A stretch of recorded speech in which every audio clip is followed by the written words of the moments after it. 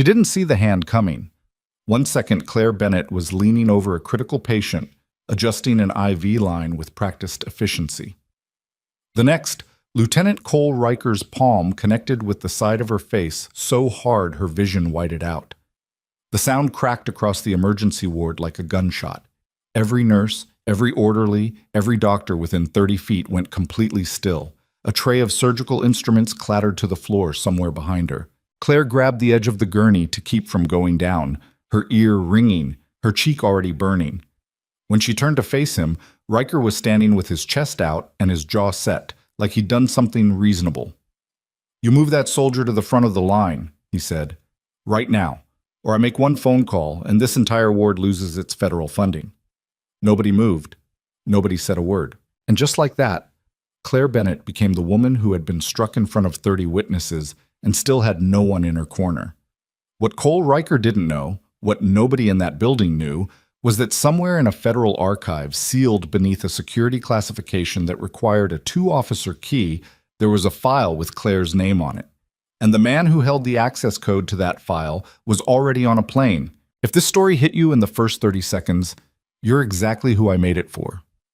Follow along until the end. I promise you won't see what's coming. And drop a comment with the city you're watching from. I want to see how far this story travels. Iron Valley wasn't the kind of city people ended up in on purpose. It sat in a geographic hollow between 2 ridgelines in central Harwick County, close enough to 3 military bases that the local economy ran partly on government contracts and partly on the kind of quiet resentment that builds when a town gets taken for granted long enough. Iron Valley Medical Center was the anchor institution, 12 floors, level 2 trauma designation, 420 beds, and a reputation for keeping the doors open even when the funding dried up. The staff worked hard because the alternative was watching patients bleed out in a county with no backup. Claire Bennett had been a nurse there for 4 years. She was 31, medium height, brown hair she kept in a bun because there was never time for anything else. She wasn't the loudest person in any room. She wasn't the one who made speeches or built alliances or lobbied administration for better equipment. She showed up 40 minutes before her shift. She stayed 2 hours after, and she did the work that nobody else wanted to do with a focus that occasionally made her coworkers uncomfortable. She had a small apartment 12 minutes from the hospital, a cat named Decker who resented her schedule, and almost no social life to speak of. 3 of her colleagues had described her at one point or another as hard to read, but one charge nurse had written in a performance review that Claire was clinically excellent but interpersonally distant. None of them knew why. That morning started the way most Thursday mornings started at Iron Valley, short-staffed and already behind. An overnight pileup on the highway had sent 7 patients through the doors before 6 a.m. And the ER was still processing them when the day shift arrived to find the waiting room backed up, and the charge nurse from the night shift looking like she hadn't slept in a week, which she hadn't. Claire clocked in, changed into scrubs, and was at her first patient's bedside by 6:42. By 9, she was managing a post-op recovery while simultaneously coordinating blood draws for 2 patients in adjacent bays, which was technically not her job, and also very much her job in the way that everything at Iron Valley eventually became everyone's job. The morning had that particular texture of controlled chaos that experienced ER nurses recognize the way sailors read weather, something in the rhythm of the overhead announcements, the way the desk staff moved, the quality of the noise. Not dangerous yet, but trending that direction.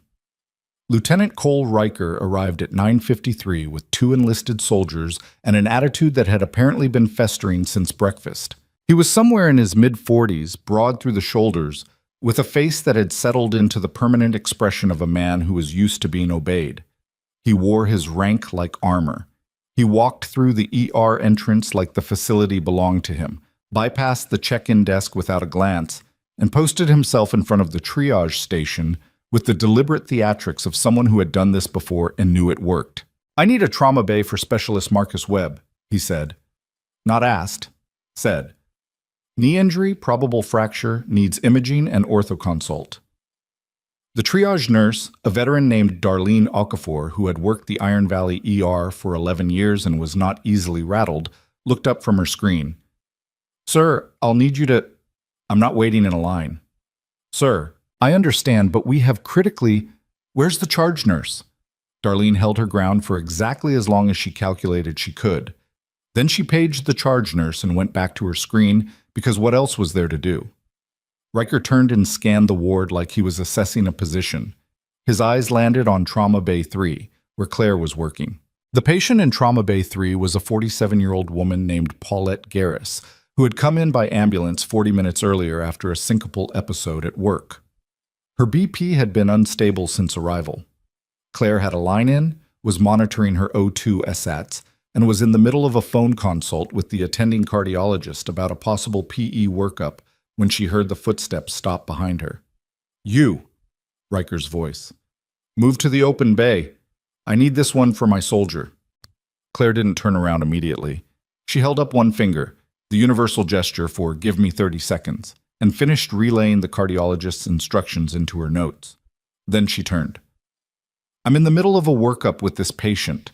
If Specialist Webb needs imaging, the nurse at triage can get him registered, and we'll get him—" "I don't need him registered. I need him in a trauma bay. Now." "This patient is hemodynamically unstable." Claire kept her voice even. "I can't move her. I can get your soldier seen as soon as a bay opens." Riker looked at her the way certain men look at women who have the audacity to speak plainly to them, like the content of what she said was irrelevant and only the act of refusal required addressing. He stepped closer. "Do you know who I am?" "I know your rank, Lieutenant." She said it without heat. "It doesn't change the medical situation." Something shifted in his face. Not anger exactly, more like the decision to move from negotiation to enforcement. "I want your supervisor and your name tag, and I want them in the next 30 seconds. My name is Claire Bennett. My supervisor is Charge Nurse Fallon, who I'd be happy to page for you, but I'm not leaving this patient." What happened next was fast enough that people who were there would later struggle to reconstruct the sequence. Riker's right hand came up and struck her across the left cheek with an open palm. Not a brush, not a push. A deliberate, solid blow. The sound was stunning in a way that had nothing to do with volume. It was the wrongness of it, that sound in that place. A hospital where people came to be kept alive, where the first principle was do no harm, that made everyone in the immediate vicinity stop breathing for a moment. Claire grabbed the gurney rail. The room spun once and settled. She turned to face him, and something in her expression made two of the nearby nurses take an involuntary step back. Not because she looked frightened, but because she didn't. Her cheek was red, her eyes were steady, and she looked at Riker with the particular stillness of someone who has been trained to control their response to pain. "That was assault," she said. Her voice was completely level. "In front of approximately 20 witnesses." Riker's jaw was tight. "You want to file a complaint? Go ahead. I'll have your nursing license flagged by end of day." He meant it. That was the thing that made the moment so corrosive. Everyone in that room understood that he probably could do exactly what he was threatening. Iron Valley Medical Center's federal funding came through channels where military relationships mattered. Hospital administration had rolled over before when pressure came from the bases. 3 people had their phones out, but nobody was recording. The instinct to document was immediately overridden by the instinct for self-preservation. Paulette Garris, who had been lying in the trauma bay watching all of this with widening eyes, said in a weak voice, "Honey, are you okay?" "Yes, ma'am." Claire turned back to her patient, checked the monitor, adjusted the IV rate. Professional, contained, as if a senior military officer hadn't just struck her in the face. What happened next took less than 40 minutes, which was fast even by the accelerated timelines of institutional dysfunction. Riker went directly to the hospital's administrative wing. He met with Deputy Administrator Gerald Forthright, a man whose primary professional skill was identifying which direction trouble was coming from and positioning himself on the other side of it. The conversation lasted 12 minutes. Forthright made 2 phone calls, one to the hospital's general counsel, one to the chief nursing officer. The chief nursing officer, a woman named Sandra Holt, who had twice advocated for Claire in annual reviews, went very quiet during the call and said almost nothing. At 10:47, Sandra Holt came down to the ER floor. She pulled Claire aside into a small supply corridor that smelled of antiseptic and cardboard. She couldn't quite meet Claire's eyes. "There's going to be a review," Sandra said, "about this morning. About Lieutenant Riker assaulting me in front of witnesses." Sandra winced. "About the altercation. Claire, administration has decided that pending the outcome of the review, you need to be suspended. The word landed in the space between them. Suspended, Claire repeated. It's administrative leave with pay. They're calling it procedural. He hit me, Sandra. I know. And in the way she said it, not denying it, just saying it with this compressed, exhausted sadness, made the situation perfectly clear. Sandra knew. She just wasn't going to do anything about it. I'm sorry, I really am. You need to go home. You need to be off the property by 11:30. Claire looked at her for a long moment. Sandra looked at the floor. Behind them, the sounds of the ER continued. The intercom, the gurneys, the low-register hum of a building full of people who needed things. What about my patients? Claire asked. They'll be covered. The woman in Bay 3 needs her echo scheduled. Her cardiologist is Dr. Anand Patel at St. Carmichael's, and he's expecting a call back by Claire. I'll make sure it's handled. She didn't argue. She went to the locker room, changed out of her scrubs, retrieved her bag. She sat on the bench for a moment with her hands in her lap. Her cheek had stopped hurting in the way that injuries stop hurting when the body decides there are more important things to process. She thought about the look on Paulette Garris's face when she'd asked if she was okay. She thought about the 20 people who'd watched and said nothing. Then she got up and walked out of the building. The morning air outside Iron Valley Medical Center was cool and smelled like car exhaust and cut grass. Claire stood in the parking lot for a moment, keys in hand, and felt something that wasn't quite anger and wasn't quite grief. More like the particular sensation of watching something you knew was wrong happen anyway, and understanding that the mechanisms that were supposed to prevent it had decided the cost was too high. She drove home. She fed Decker. She made coffee she didn't drink. She sat at her kitchen table with her phone face up and didn't call anyone, because there wasn't anyone she'd call. That was a thing she'd accepted about her life a long time ago. The shape of it, the particular silence at the center of it, the way she'd built her days around work, because work was the one place where what she did translated directly into results she could measure. At 12:15, she got a formal email from hospital administration confirming her suspension. It used words like preliminary review and pending investigation and standard protocol. It did not mention Lieutenant Riker. It did not mention the word assault. It thanked her for her service to Iron Valley Medical Center in a way that made it clear they were hoping she'd take the hint and not come back. She read it twice. Then she set her phone down and looked out the window at the parking lot of her apartment building, where nothing in particular was happening. Somewhere across town, in a windowless office at Harwick County's federal building, a man named Agent Douglas Farrell was pulling a file out of a sealed government database. He had received a query flag 40 minutes earlier, triggered automatically when Claire Bennett's name had appeared in an official complaint, Riker's complaint, filed against her through military channels. The flag existed because her name was attached to a record that existed under a classification level that most people at Iron Valley's administrative level didn't even know existed. Farrell looked at the file for a long time. Then he picked up his phone and made a call to a number that rang a secure line at Naval Special Warfare Command. The man who answered was Commander Ethan Cross. He was in a briefing when the call came through, but he stepped out immediately when he saw the clearance level of the incoming signal. Farrell told him what had happened. There was a silence on the line that lasted about 4 seconds. "Send me the full incident report," Cross said, "and get me on the next available flight to Harwick County." 22 miles southeast of Iron Valley, the Caldwell Bridge was the kind of infrastructure that gets described in engineering assessments as aging but serviceable, which is engineer speak for, "We've been watching this thing and hoping." It crossed the Sallow River at a point where the water ran 60 feet below, carrying traffic from 2 counties worth of commuters and commercial vehicles. The bridge had been built in 1971 and had received 2 structural assessments in the last decade, both of which had recommended targeted repairs that had been approved, budgeted, and then quietly deferred when county finances got tight. At 2:17 p.m. on that Thursday afternoon, a section of the Caldwell Bridge's eastern deck gave way. The failure was sudden, not the kind of slow telegraphed collapse that gives people time to react, but the kind that happens in the space between 1 second and the next. A transit bus, 4 passenger vehicles, 2 delivery trucks.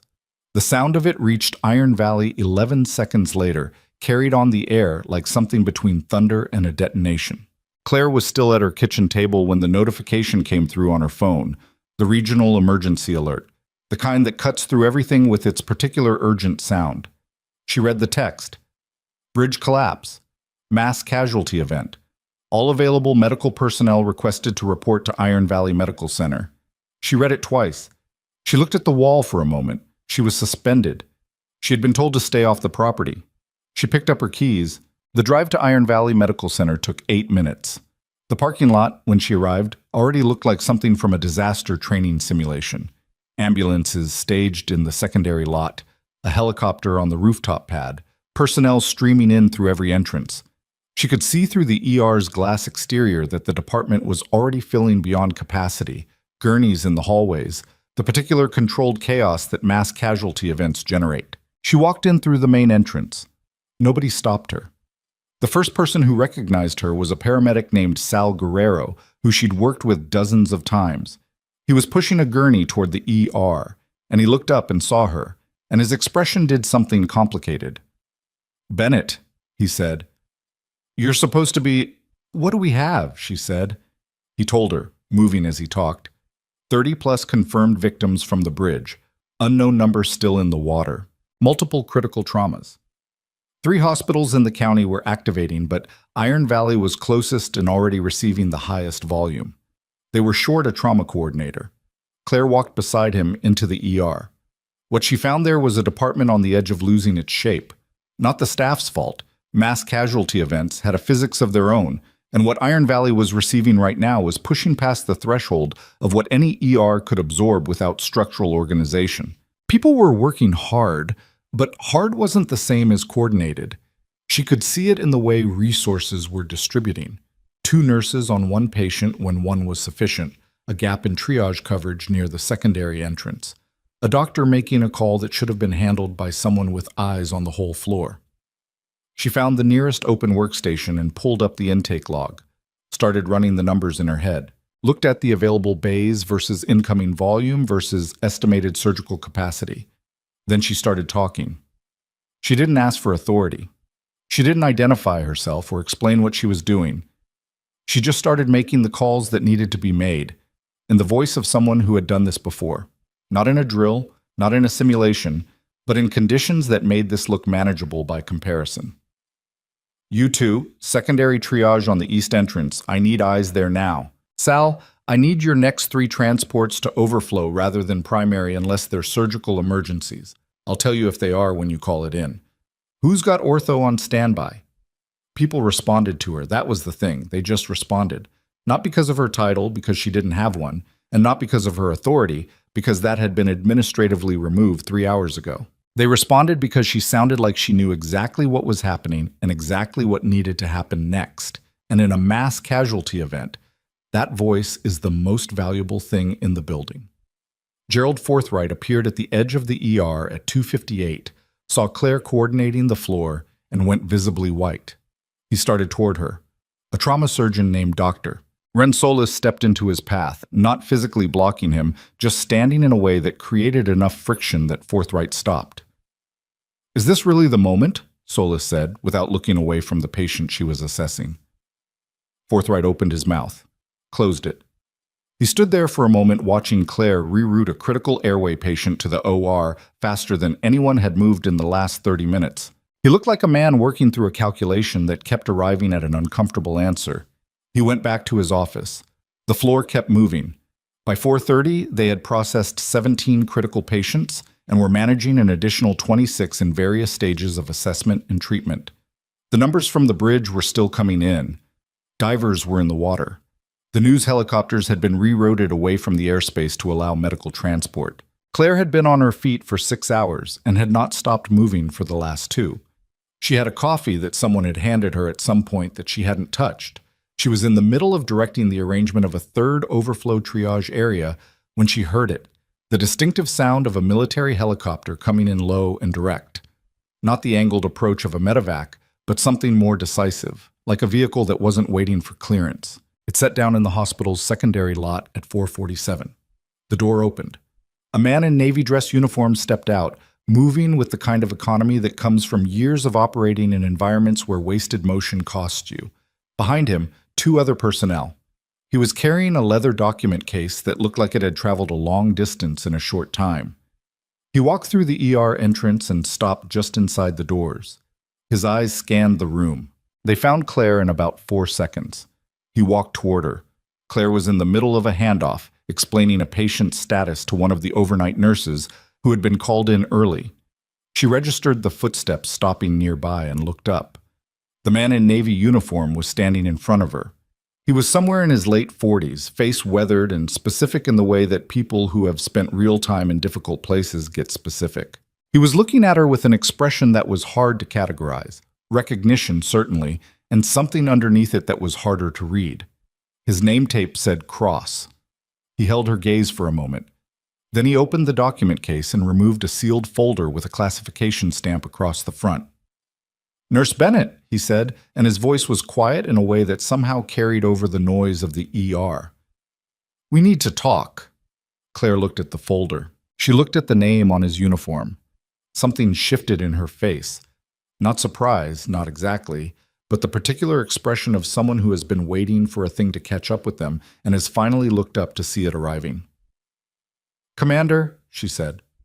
Across the floor, Gerald Forthright had appeared at the edge of the ER again. His eyes landed on the Navy commander, moved to the classification stamp on the folder, and then moved to Claire Bennett, and the color left his face in a way that suggested he was beginning to understand that the equation he had solved this morning had contained a variable he hadn't accounted for.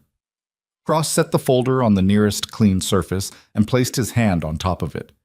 He looked at Claire. She looked at him. "How many of your people have you lost?" she asked. She wasn't talking about today. Cross's expression didn't change. "Not as many as we would have," he said. "Without you." Behind him, Lieutenant Cole Riker walked through the ER entrance. He saw Commander Cross. He stopped. Cross turned slowly and looked at him. The three of them stood in a triangle in the middle of the Iron Valley emergency room. The man who had struck her, the man who had come to answer for it, and the woman at the center of it, while around them the ongoing work of keeping people alive continued without pause.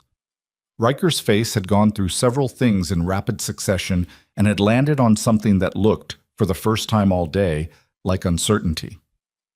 Cross reached into the document case again. He removed a second document, not sealed, not classified, and held it so that Riker could see it clearly. It was an official inquiry notice. Military, federal letterhead. Riker's name was at the top. Riker looked at the inquiry notice the way a man looks at something he's been half expecting and half certain would never actually arrive. His jaw moved. Nothing came out. "Lieutenant Riker?" Cross's voice was entirely neutral, which somehow made it worse than if it had carried heat. "I'd recommend you not speak right now." The two enlisted soldiers who had come in with Riker had stopped a few feet behind him. They were young, both of them, and they were doing the thing junior personnel do when a superior gets caught in something, standing very still and looking at a point on the wall slightly above everyone's heads. Riker found his voice. "Commander, I don't know what you've been told, but there's been a mischaracterization of... I read the incident report on the plane." Cross set the inquiry notice down on top of the classified folder. "The one filed by Agent Farrell, and the 3 sworn witness statements that came in while I was in the air, and the security footage request that your administration," he glanced at Forthright, who was standing at the edge of the room trying to be invisible, "apparently approved before they understood what was on it." Claire said nothing. She had stepped back slightly, not out of the conversation but out of the immediate line of it, the way someone moves when they've been in enough tense situations to know when to let things develop without interference. Riker's voice dropped. "This is not the time or place." "It's going to become the time and place very quickly," Cross said, "whether you'd like it to or not. Right now I need you to go wait in whatever room this facility can provide, because I have work to do, and you are standing in the middle of a disaster response." He picked up both folders and looked at Claire. "Walk me through what you've got." Riker stood there for another 3 seconds. Then he turned and walked toward the administrative corridor, and the 2 enlisted soldiers followed him, and everyone who had been watching from the periphery went back to appearing to be busy. Forthright remained at the edge of the room. Cross looked at him. "You're the deputy administrator?" "Yes." "Gerald Forthright." "Get me a conference room." Forthright opened his mouth, possibly to say something about Claire's suspension, possibly to say something about protocol. He looked at Cross's face and closed it again. "Of course," he said. Third floor. Cross nodded once. Then he turned to Claire and said in a completely different register, "How bad is it out there?" "Bridge collapse. They're estimating 40 to 50 involved total. We've processed 17 critical so far, 26 more in various stages. Divers are still in the water." She picked up the intake tablet from the station beside her and handed it to him. "Current surgical backlog is here. We have 2 ORs running. Third is coming online in about 20 minutes if the anesthesiologist gets here from Crosstown." Cross looked at the tablet. He handed it back. "What do you need?" "More hands. We've got 2 nurses on a trauma in Bay 6 that's going to need 4. And I've got a gap in secondary triage that I've been covering with a paramedic who should be running transports, not managing intake." He looked over at the 2 personnel who had come with him from the helicopter, not the enlisted soldiers who had accompanied Riker, but his own people, a man and a woman in medical insignia uniforms who had been standing quietly near the entrance. "Kowalski, you're on secondary triage. Brennan, Bay 6. Go." They went without a word. Claire watched them move into position. Kowalski reached secondary triage, took one look at the setup, and immediately began reorganizing the intake flow with the efficiency of someone who had managed triage in environments that made this one look orderly. Brennan was in Bay 6 within 30 seconds, and the 4-person problem solved itself. Claire looked at Cross. "How long were they in?" Kowalski did 3 tours with a forward surgical team.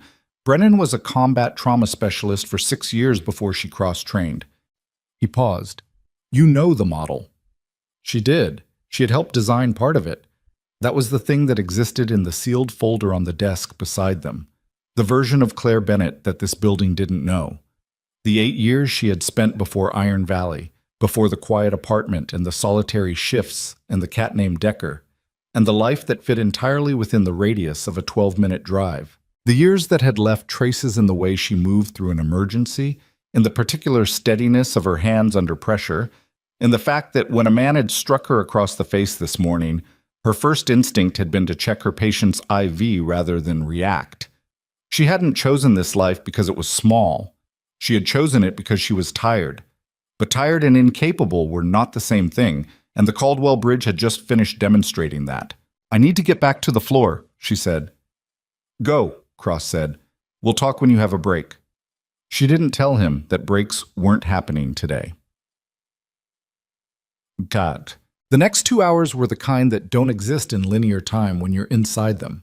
They compress and expand at odd intervals. A 40-second intubation that felt like 10 minutes. A 15-minute surgical coordination call that felt like it lasted 30 seconds. Claire moved through the ER with the specific focus of someone who had learned to process only what was immediately in front of her, to file the peripheral information, Forthright's agitated movements across the floor, Riker's absence, Cross conferring in low tones with 2 men in federal-looking civilian clothes, who had appeared from somewhere, in the back of her mind where it could sit without demanding attention. At 6:12 p.m., they lost a patient. His name was Marcus Delray, 44, a construction foreman who had been on the bridge making a delivery run when the eastern deck went. He had come in with a traumatic brain injury and 2 broken cervical vertebrae and had made it through the first critical hour before crashing in a way that gave the surgical team 40 seconds to respond and still wasn't enough. Dr. Ren Solis came out of the OR with that particular flatness on her face that surgeons get when they've done everything and it didn't matter, and she sat down on a bench in the corridor and put her head in her hands for exactly 90 seconds. Claire walked past her and put a hand on her shoulder without stopping. Solis looked up. Claire said, "There are 3 more in holding that need you." Not because it was the right thing to say to someone grieving a loss, but because it was true. And because Solis was the kind of surgeon who needed the work more than she needed the pause. Solis stood up. They moved on. At 7:45, with the incoming flow finally beginning to stabilize, Claire found herself at the supply station off the main corridor, doing a quick count of remaining IV supplies against estimated need. Her hands were steady. Her cheek, which she had not thought about since the parking lot, had faded from burning to a dull, specific ache. Someone had at some point put a cold pack near the station, and she picked it up and pressed it to her face without really registering that she was doing it. "That's going to bruise." The voice came from behind her. She turned. Dr. Ansel Trevino, the ER attending who had been on shift since noon, was standing in the corridor with 2 cups of coffee, one of which he held out to her. He was somewhere in his late 40s, dark-haired, with the specific tired humor that ER doctors develop as a coping mechanism or don't last. She had worked with him dozens of times, and they had the wordless professional shorthand of people who have been in enough situations together to not need to explain themselves. She took the coffee. "I know. Want to tell me what happened this morning?" "Not particularly." He nodded. That was one of the things she liked about Trevino. He asked once and didn't push. He leaned against the wall and looked out at the ER floor, which had finally achieved something approaching functional order. "You know Forthright has been up in admin for the last 2 hours with that commander and 2 guys who showed up and did not introduce themselves to anybody." "I'm aware." "And Riker's still in conference room B." Trevino took a sip of his coffee. "I had to walk past it on the way to pharmacy. There are 2 federal agents standing outside the door." Claire said nothing. "I'm just going to ask you one thing," Trevino said, "and you don't have to answer it. But I've worked with you for 4 years, and I've been trying to figure out something about you since about week 3, and today I think I'm closer to understanding it." He paused. "Where did you actually come from? Before Iron Valley?" The supply station hummed. Somewhere on the floor, someone called for a nurse and got one. The Caldwell Bridge disaster was not over.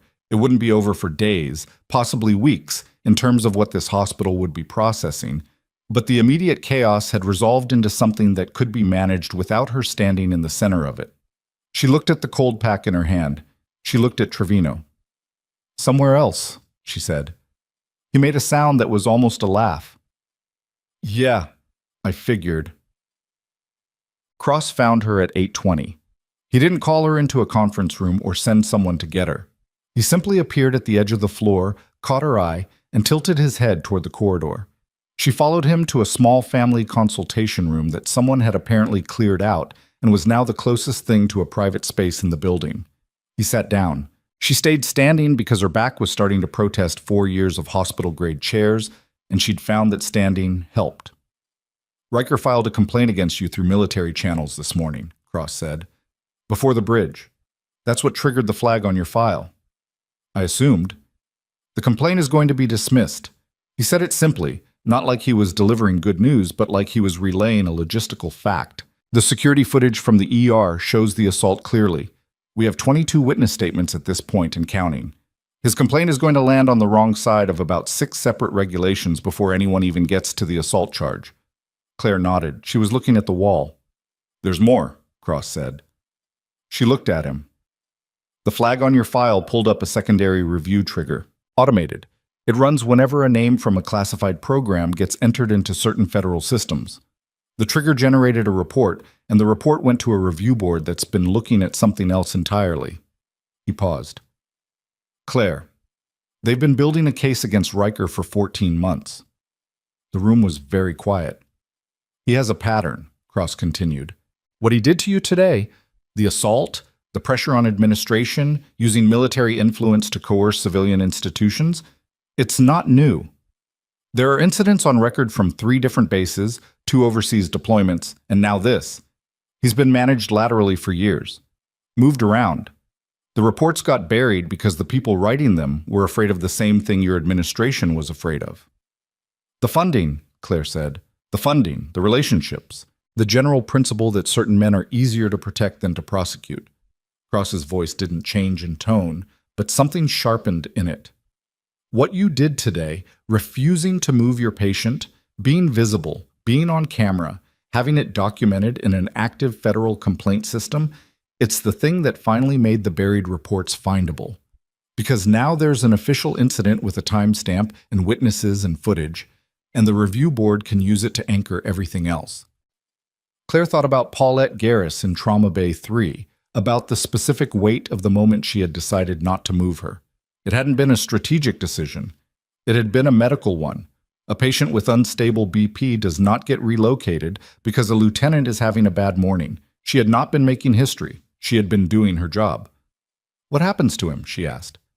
"The federal investigators who came in today are taking the inquiry forward. Criminal charges are likely. Discharge is almost certain." Cross looked at her steadily. "It's going to be a process. It's not going to happen tonight." I know how processes work. I know you do. He set the classified folder on the table between them. There's something else I need to talk to you about. Not about Riker.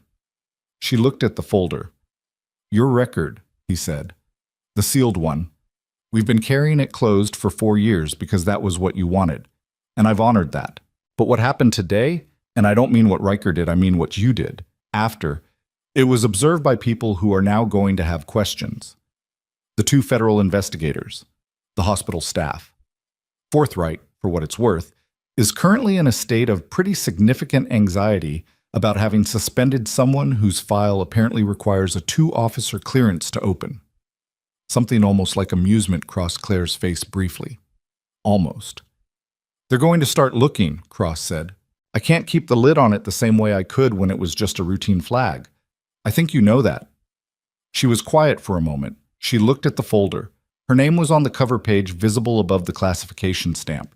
Her full name, including the rank that appeared there, which was not the same rank as nurse and never had been. How many people in that building know? She asked. Right now? Me, Kowalski, Brennan, and the 2 federal investigators who were read in when they were briefed on the flag. He paused. And Riker, who figured it out approximately 40 minutes ago when one of the investigators asked him a question that made the structure of the thing clear. How did he take it? Cross's expression was briefly eloquent. He didn't speak for about 2 minutes. Then he asked for a lawyer. She nodded slowly. I'm not here to pressure you, Cross said. I'm here because you deserve to know what's moving before it gets away from you. Whatever you decide about the record, it's your decision. It's been your decision from the beginning. The consultation room was small and slightly too warm, and the chair Cross was sitting in had a small tear in the upholstery near the armrest. Through the door, the sounds of the hospital continued, muted but persistent, the particular texture of an institution that doesn't stop. Claire picked up the cold pack she'd been carrying and pressed it to her cheek one more time. The bruise had developed fully now. She could feel it, the specific tenderness of broken capillaries. She looked at the classification stamp on the folder. The patients who came in from the bridge, she said. The ones we lost to, do you have updated numbers? 1 confirmed fatality here, 3 more across county hospitals. She absorbed that. 4 people who had been on a bridge that morning doing unremarkable things, gone now. I need to get back, she said. Cross stood. He didn't argue with her. He picked up the folder and held it for a moment, and then he set it back on the table instead of putting it back in the case. I'll leave it here, he said, in case you want to look at it. She looked at the folder. She didn't pick it up. She went back to the floor. At 9:40 p.m., the hospital finally crossed from crisis to recovery. The difference being that in crisis mode, the incoming volume exceeds processing capacity, and in recovery mode, you've caught up enough to start thinking about what comes next.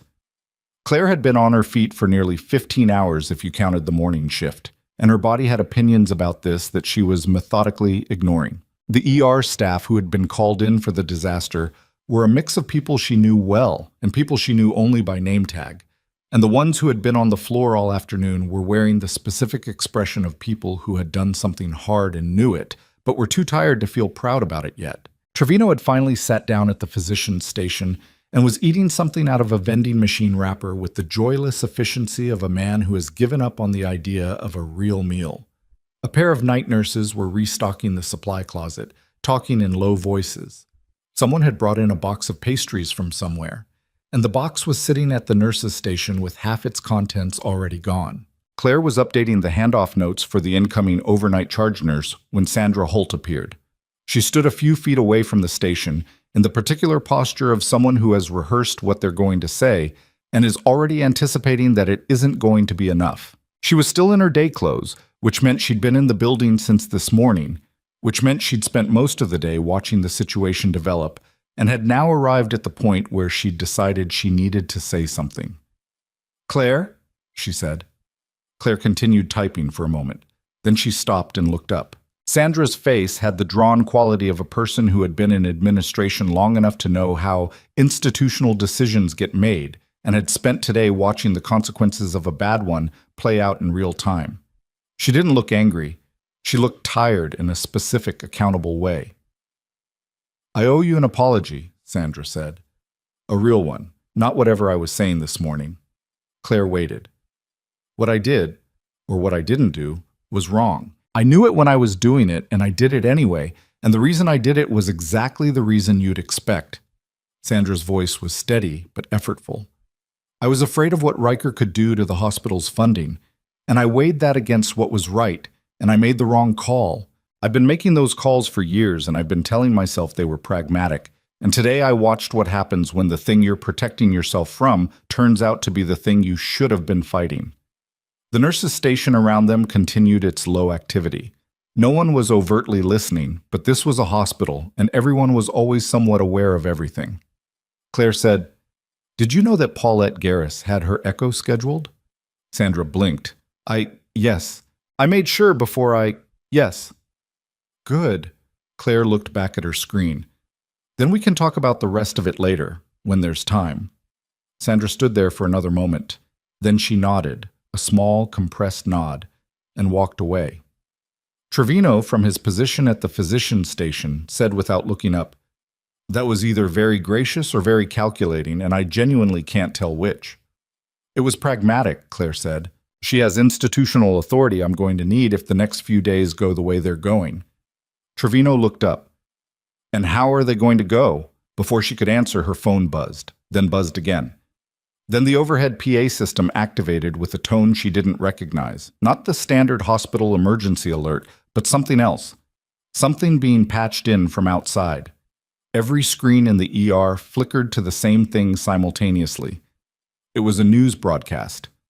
Live feed. The Caldwell Bridge aerial view shot from a news helicopter, and in the lower right corner of the frame, a different image, Iron Valley Medical Center, with a chyron running across the bottom. She read it once. Read it again. Breaking. Federal investigators announce inquiry into military officer following bridge disaster response. Lieutenant Cole Riker of Harwick County Military Base named in assault complaint and broader misconduct investigation. Multiple witnesses and security footage cited. Investigation to include incidents across 3 military installations. And then, underneath it, in a second line, unidentified nurse at center of incident reported to have classified military background. Sources confirm federal file opened. Hospital administration under scrutiny for handling of assault complaint. The ER went very quiet. 40 people were looking at the screens. Then, slowly, they were looking at Claire. Trevino set down his vending machine wrapper.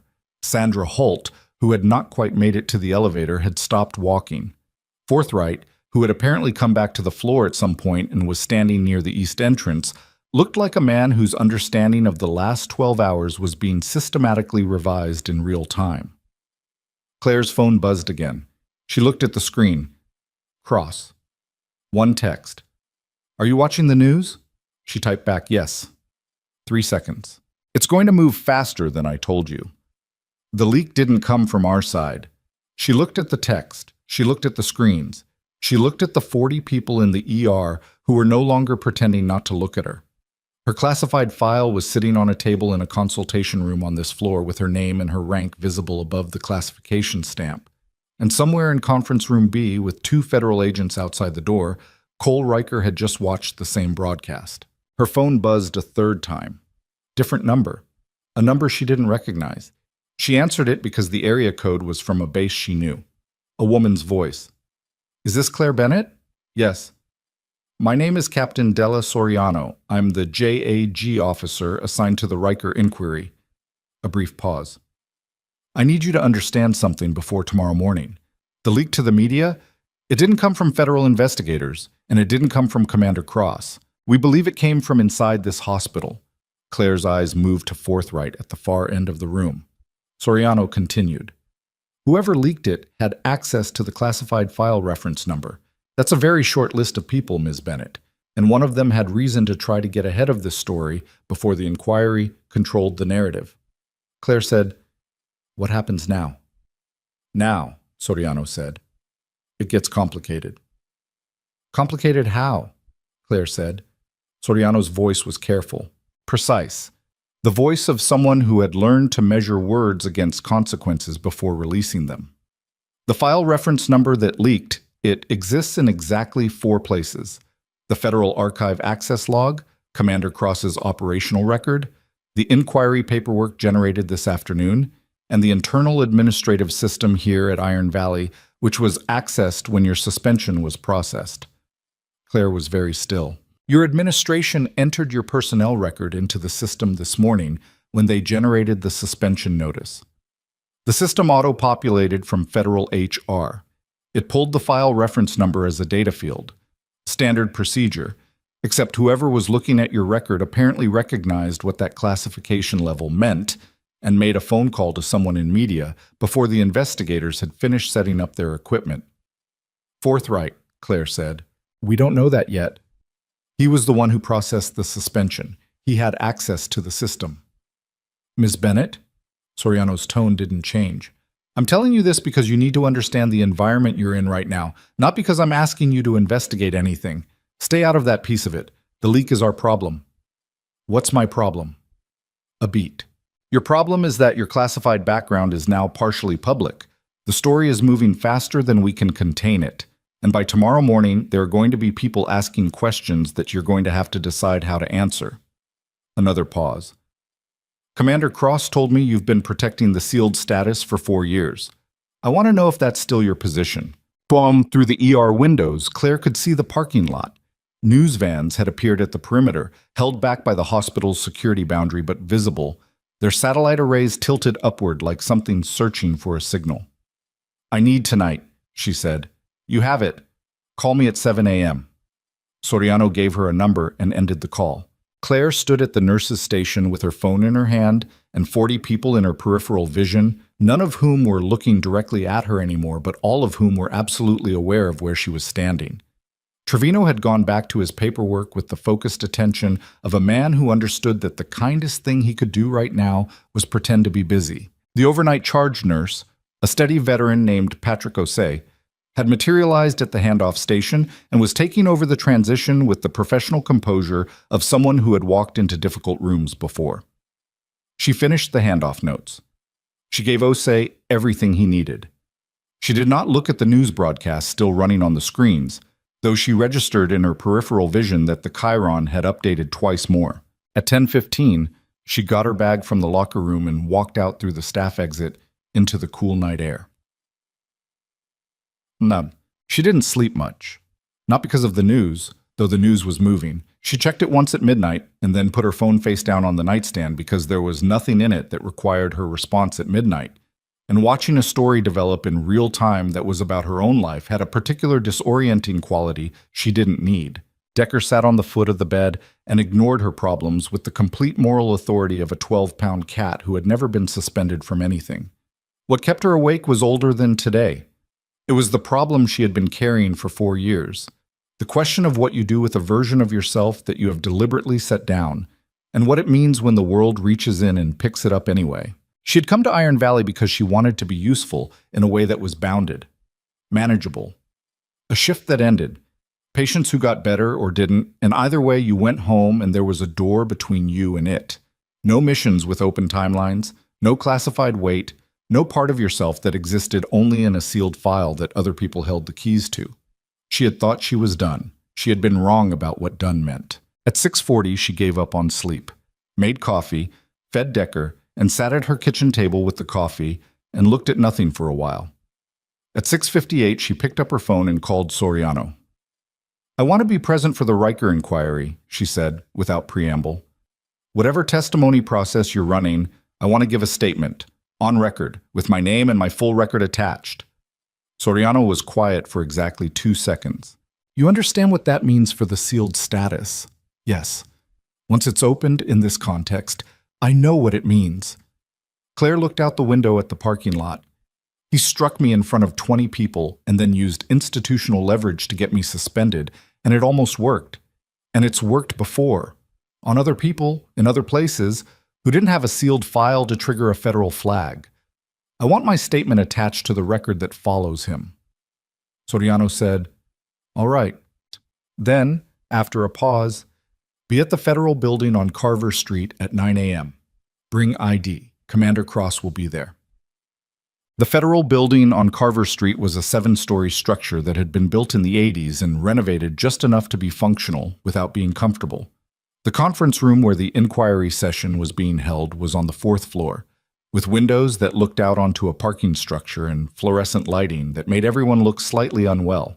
Cross was already there when Claire arrived. So was Soriano, mid-40s, compact, with short-cropped hair and reading glasses she kept taking on and off. Two other investigators whose names Claire got once and filed away. Agent Farrell, who had pulled the original flag, and a woman named Agent Kwan from the criminal division who had arrived overnight and had the energy of someone who had been waiting for this case for a long time. The session lasted 4 hours. Claire gave her statement in the way she did most things, directly, in sequence, without editorializing. She described the morning in the ER. She described the patient. She described Riker's demands and her refusal and what happened next. She answered questions about the sequence of events, the specific words used, the position of other staff members, the timeline of her suspension. She corrected 2 factual errors in the existing witness statements without being asked. Small details, the kind that matter when a case goes to prosecution. At one point, Farrell asked her about the bridge response, whether she had been authorized to return to the hospital after her suspension. She said, "The regional emergency alert requested all available medical personnel. I'm medical personnel." Farrell looked at her over his notes. "That's not quite an answer." "It's the accurate one." Kwan made a small sound that might have been a suppressed laugh.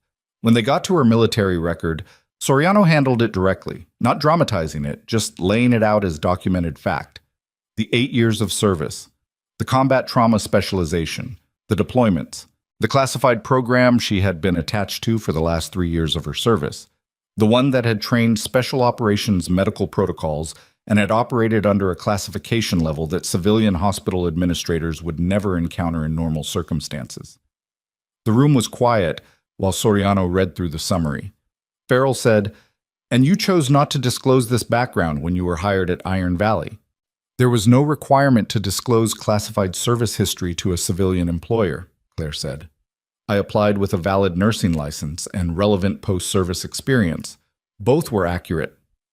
But your expertise is significantly beyond—" "Yes." She said it without apology. "It is." Cross, who had been largely silent through the session, said, "The classification level existed for operational security reasons. Nurse Bennett's decision to maintain that privacy was within her rights and consistent with the terms of her separation from service." He looked at Farrell steadily. "That's not the thing under investigation here." Farrell accepted that. He moved on. At 1:15 they broke for lunch, vending machine food in a small anteroom, coffee that had been sitting too long. Cross sat across from Claire, and they were quiet for a few minutes in the way that people are quiet when they have known each other in high-pressure contexts and don't need to fill the space. "How are you actually doing?" Cross asked eventually. "I'm fine." He looked at her. "That's not what I asked." She drank her bad coffee. "I'm tired, and I'm angry, which I wasn't letting myself be yesterday because there was too much else happening. And I'm thinking about the fact that if Paulette Garris hadn't had an unstable BP, if she had been stable enough to move, I would have moved her, and Riker would have gotten what he wanted, and none of this would have happened." She paused. "That's the part that bothers me most. How close it was to just being a bad day that nobody did anything about." Cross was quiet. "How many times did it almost not happen?" she said. "With the other people he did this to. How many times was there no flag, no camera, no federal trigger? How many times did someone just go home?" "Enough," Cross said.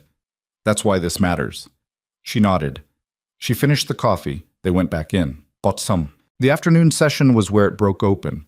Kwan had spent the morning building towards something. Claire had felt it. The questions had been getting more specific, the documentation requests more targeted. At 2:30, Kwan set a folder on the table and opened it. "Lieutenant Riker submitted a formal counter-complaint this morning through his JAG counsel," she said. "In it, he alleges that Nurse Bennett's return to the hospital during the bridge disaster response was unauthorized and constituted a violation of her suspension, and that her actions during the emergency response were an attempt to manufacture a public narrative that would compromise the military's inquiry process." The room was briefly silent. "He's also alleging," Kwan continued, with the tone of someone reading a particularly creative piece of fiction, that Commander Cross's presence at Iron Valley Medical Center constituted improper interference in a civilian institution's internal HR matter. Cross said quietly. He filed a counter-complaint. This morning at 8:47 a.m., through his attorney, while he was still in a conference room at Iron Valley Medical Center with federal agents outside the door. Correct. The thing about institutional intimidation as a strategy was that it required institutional intimidation to work. It required that the people on the receiving end be afraid of the mechanisms being deployed against them. Riker had been using those mechanisms for years, and they had worked because the people he used them against were, in fact, vulnerable to them. Claire had been vulnerable to them yesterday morning, and they had worked, temporarily, catastrophically, in ways that were now documented and on record. What Riker apparently had not fully recalibrated for was the difference between a suspended civilian nurse and a federal inquiry with a JAG officer, 2 criminal investigators, and a Navy commander in the room. Soriano looked at the counter-complaint. She looked at Quan. Something passed between them that was not quite a look and not quite the absence of one. The counter-complaint will be processed through standard channels, Soriano said. Then she set it aside and picked up a different folder. In the meantime, I want to go through the witness statements from Riker's previous assignments. What came next took 90 minutes. Quan walked through 7 separate incidents across 3 bases and 2 overseas deployments. Coercion of junior medical staff. Interference with treatment records to cover up injuries sustained during incidents he was responsible for. 2 formal complaints filed and then withdrawn by the complainants, both of whom, when contacted by investigators in the last 24 hours, had been willing to explain why they withdrew them. One of them had been threatened with a review of her own service record. The other had been told explicitly that his family's base housing assignment could be affected. The pattern was the same each time. Find the lever, apply pressure, make the problem go away. It had worked until Claire Bennett had a patient with an unstable BP and didn't move her. At 4:15, Quan's phone buzzed. She looked at the screen and her expression did something small and controlled. She stood up. Excuse me for a moment. She was gone 4 minutes. When she came back, she sat down and looked at Soriano, and Soriano looked at Cross, and then Soriano looked at Claire. The hospital submitted their security footage to us this morning, Soriano said. We've been processing it. We've been particularly interested in the administrative wing footage from this morning. A pause. Mr. Forthright was in the administrative records office at 8:12 a.m. He accessed your personnel file. He photographed his screen with his personal cell phone. We have him on camera doing it. The room absorbed this. He then made a phone call from his personal cell at 8:19 a.m. that lasted 4 minutes and 12 seconds. We have the number. It belongs to a producer at WKRV Regional News who ran the story tonight. Claire said nothing. He's being interviewed right now, Soriano continued. Downstairs. Forthright. Gerald Forthright, who had processed her suspension with the speed of a man trying to manage risk, who had stood at the edge of the ER all afternoon watching the situation develop, who had apparently decided at some point that the safest play was to control the story himself before the story controlled him. He leaked it to protect himself, Claire said. He thought if the story broke as a military misconduct angle, Riker versus a nurse with a classified file, it would pull the focus away from the hospital's role in the suspension. Soriano nodded slowly. That's the working theory. Except it didn't pull the focus away. No, Quan said. It pulled the focus toward everything at once. Cross said, where does this leave the hospital's administration in terms of liability? Soriano considered her answer carefully. The suspension itself is going to be reviewed as part of the broader inquiry. The question of whether it constituted retaliation against a complainant, given that Riker filed his complaint through military channels before the assault was formally reported, is something the review board is going to have to determine. She paused. The leak is a separate matter. That's potentially obstruction, depending on what Forthright says downstairs. Claire looked at the table. She thought about Sandra Holt's face in the corridor last night. The compressed, accountable exhaustion of someone who had made a call she knew was wrong and was living with it. Sandra hadn't leaked anything. Sandra had just failed to act, which was its own kind of choice, and would carry its own kind of weight. She thought about the 20 people who had watched Riker strike her and said nothing. None of them were bad people, exactly. They were people who had calculated risk and decided that the cost of speaking was higher than the cost of silence. She understood that calculation. She had made versions of it herself in her previous life, in contexts where the stakes were measured in things heavier than funding allocations. The calculation wasn't always wrong, but it accumulated. It built up an institutional culture like sediment until the culture itself became something that protected the wrong people automatically, by default, by the path of least resistance. She was thinking about all of this when Kwan's phone buzzed again. Kwan answered it, listened. Her expression stayed neutral. "When?" she said. Then, "Send it up." She ended the call and looked at the room. Riker's attorney just submitted a motion to have the inquiry materials sealed on national security grounds. Farrell said, "On what basis?" "He's claiming that the classified file attached to Nurse Bennett's record contains operational details that, if made public as part of the inquiry record, could compromise active programs." The room was quiet. Cross said, "The file doesn't contain anything of that nature. It's a personnel record with service history and commendations." "He knows that," Kwan said. "His attorney knows that. The motion is procedural. It's designed to create a delay, buy time, slow the inquiry, generate enough legal friction that some of the witness momentum cools off." Soriano was already on her phone. She stepped to the corner of the room, spoke quietly for about 90 seconds, came back. "The motion will be denied," she said. "But it takes 24 hours to process the denial, and until it's processed, we have to pause the formal inquiry session." "He's been doing this for years," Cross said. "Not to anyone in particular." "Yes," Soriano said, "and it worked for years. It's still working, just on a shorter timeline now." She looked at Claire. "We'll resume tomorrow morning. I'm sorry, this is the part of the process that isn't—" "I know," Claire said. She picked up her bag. She was almost to the door when Kwan said, "Ms. Bennett." Claire turned. Kwan was looking at her with an expression that was harder to read than most of what had happened in this room today. For what it's worth, the 7 incidents in those witness statements, the people who filed complaints and withdrew them. 2 of them watched the news broadcast last night and called us this morning without being contacted, voluntarily, because they saw your name. Claire looked at her. "They're reinstating their complaints," Kwan said. "We have 8 witnesses now, across 3 bases and 14 months of investigation, all of them attached to a formal federal inquiry that cannot be buried because it's too large to move quietly." A pause. "What he tried to do to you this morning, it just became the thing that makes all of it stick." Claire held Kwan's gaze for a moment. Then she nodded, once, small, the way she nodded at things that were true and didn't need to be decorated. She walked out into the corridor. She pressed the elevator button. While she waited, she checked her phone. 12 missed calls. 7 from numbers she didn't recognize. 1 from Trevino, 1 from Sandra Holt, 1 from a number she recognized as the Iron Valley Board of Directors main line, which had never called her before in 4 years of employment, and 1 from a number with a Washington, D.C. area code. The elevator arrived. She got in. She looked at the D.C. number. She called it back. Rang twice. A man answered. His voice was controlled, professional, and carried the particular timbre of authority that doesn't need to announce itself.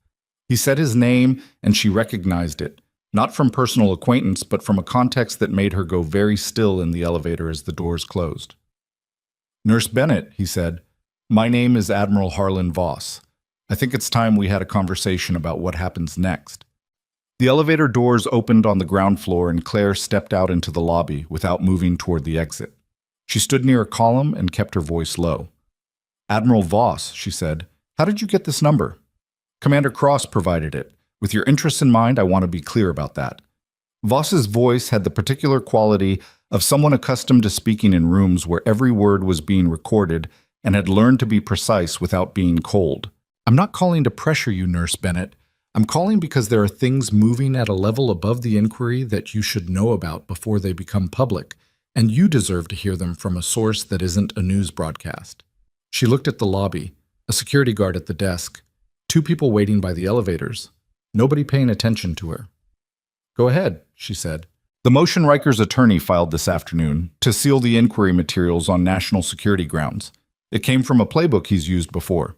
Not personally. He's not sophisticated enough to have developed it himself. A pause. 3 years ago, a complaint was filed against Riker by a flight surgeon at Naval Air Station Pendleton.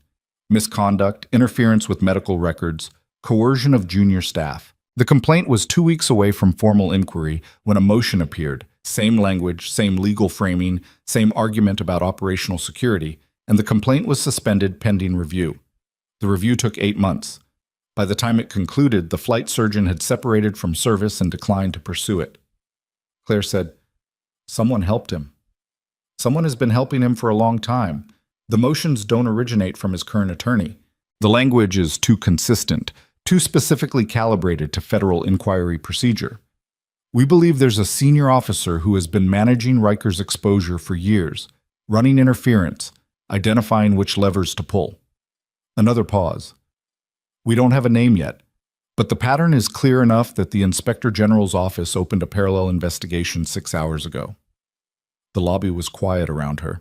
Through the glass doors, the early evening light was doing something specific to the parking structure across the street, hitting the concrete at an angle that made it look briefly like something else, somewhere else. She knew the feeling. "Why are you telling me this?" she said. "Because the parallel investigation is going to need a focal point," Voss said. "The Riker inquiry is solid.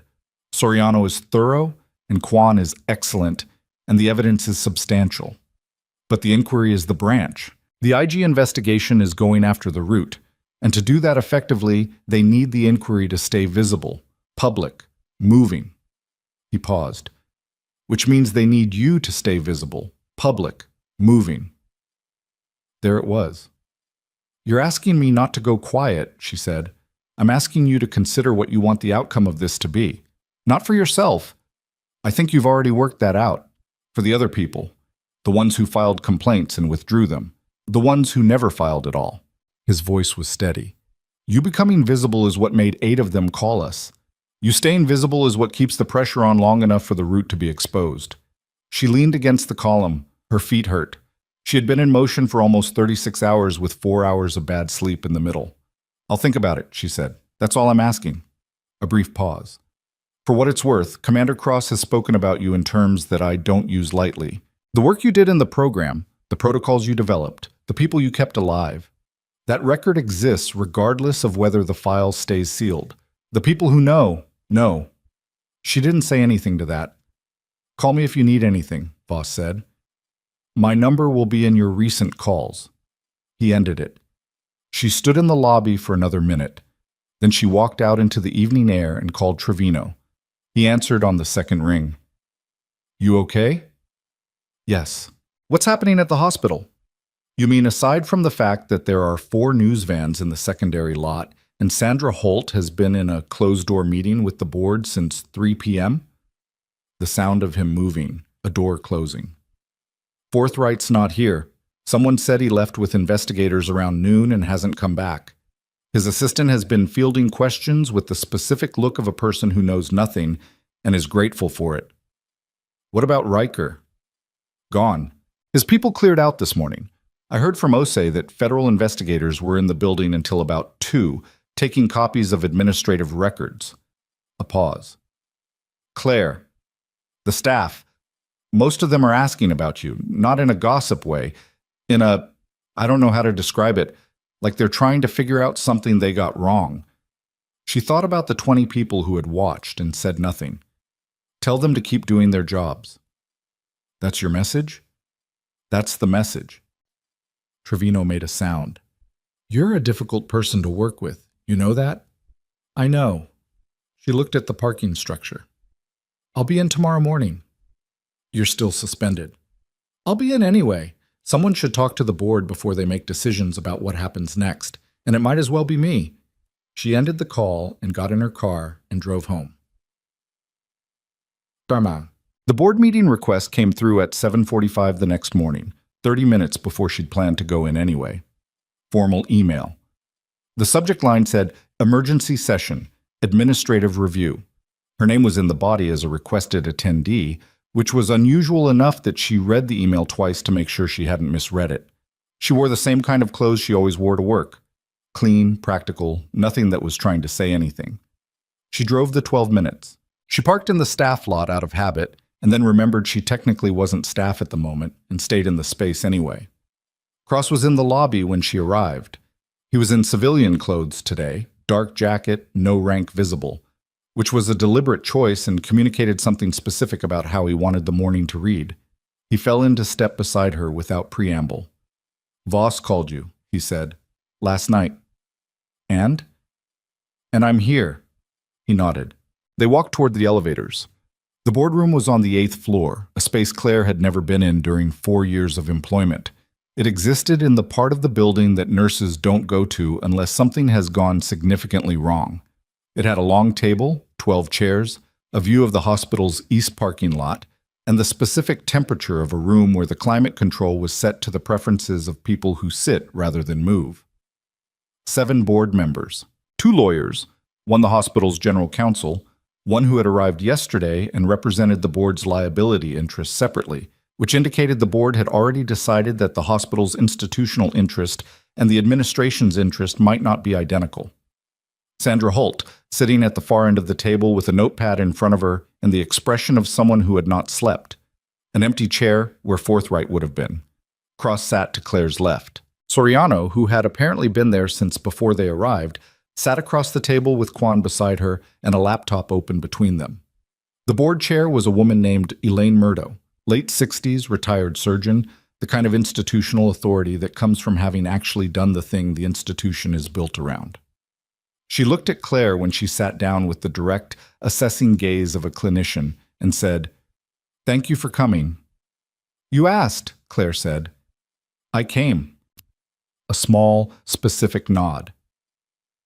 "I want to start by saying, on behalf of this board, that the suspension issued 2 days ago was a mistake.